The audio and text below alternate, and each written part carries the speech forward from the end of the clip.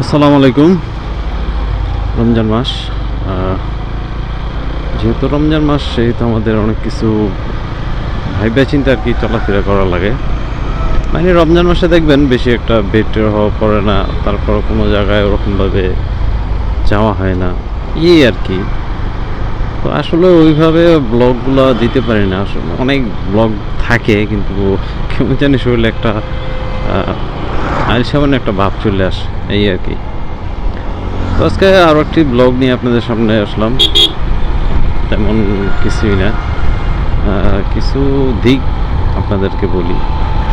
আমরা যে hero extremely 125cc যে বাইকে একটা প্রবলেম হয়েছে, সেটা স্টার্ট বন্ধ হয়ে যায়।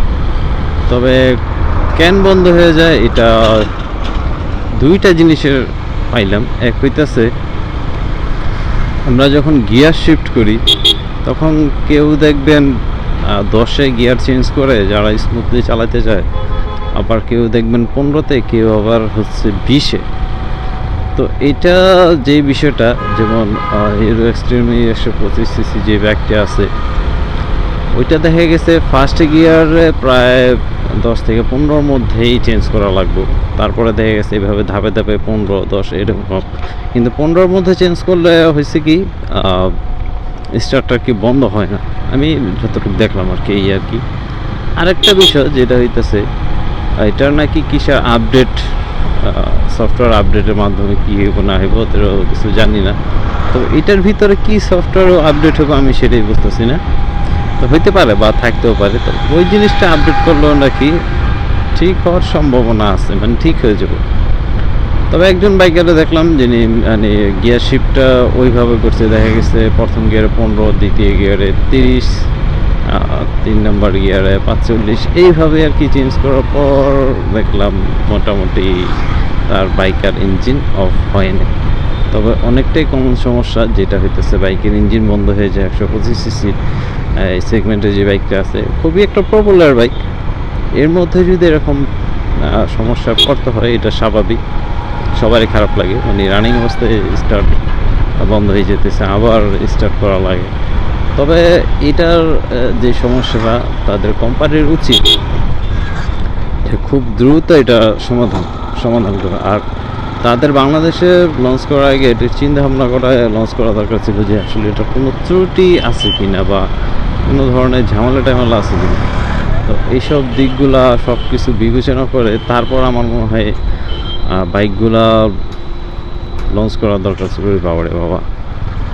তো যাই হোক, আমি আসলে যতটুক সমাধান পাইলাম তার মধ্যে হচ্ছে এই সমাধানগুলো, যে ম্যানুয়ালি সমস্যা এগুলো আর কি।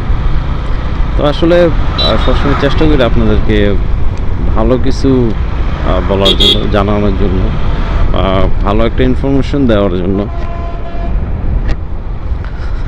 এই বাইকের প্রত্যেকটা লুকই আমার কাছে ভালো লাগে, কিন্তু যে প্রবলেমগুলো থাকে এই প্রবলেমগুলো যদি সমাধান করে ফেলে তাহলে হয়তো মনে হয় না বাইকটা নিয়ে এত প্রবলেম হইতে হবে। তো কোম্পানির এদিকে নজর দেওয়া দরকার। আমার মনে হয় দিছে, মনে হয় যে দেয় নাই, তারাও দিছে। কারণ এক একটা বাইক মানি অনেক টাকার ব্যবসা কর।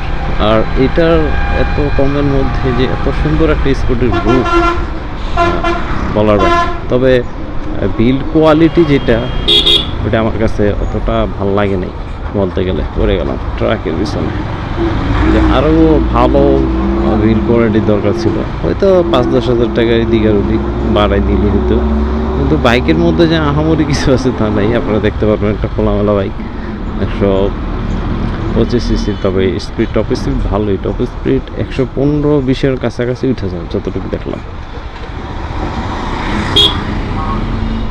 না, ওর আগে যাওয়া হইব না মনে হয়। তো ব্লগটা প্রায় শেষ পর্যায়ে চলে আসলাম। আসলে একটু চিন্তা ভাবনা করলাম, অনেকদিন যাবত আপনাদের সাথে ওরকমভাবে কোনো ব্লগ নিয়ে শেয়ারটার করি না, তাই আজকে একটু শেয়ারটার করলাম। সকলে ভালো থাকবেন, সুস্থ থাকবেন। আর অবশ্যই মুসলিম ভাইয়েরা যারা আছেন মুসলিম, সকলে রোজা রাখবেন ইনশাআল্লাহ, 5 ওয়াক্ত নামাজ পড়বেন। আল্লাহ হাফেজ।